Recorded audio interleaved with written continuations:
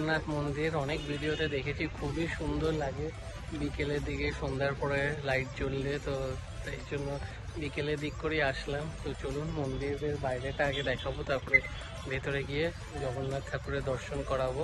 তো ভিডিওটা দেখতে থাকুন।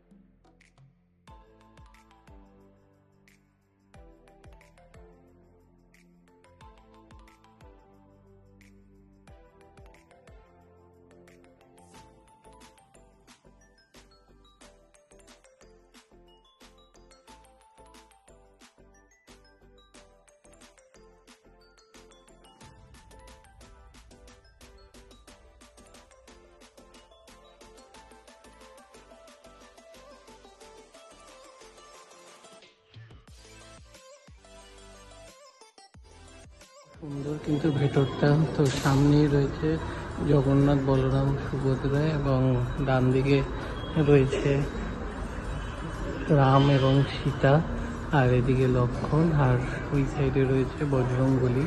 তো অপূর্ব সুন্দর কিন্তু করেছে, আর ভেতরটাও কিন্তু খুব সুন্দর করে সাজানো।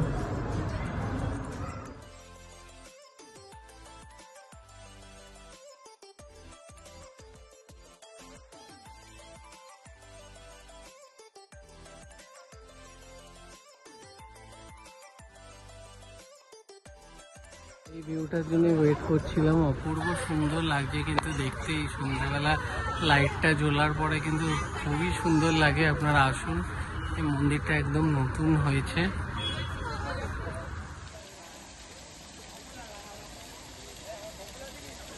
ভালো লাগলো এই মন্দিরটা, এবং এর সামনে আরেকটা মন্দির রয়েছে খুব জাগ্রত। তো চলুন সামনের মন্দিরটাও গিয়ে দেখাচ্ছি।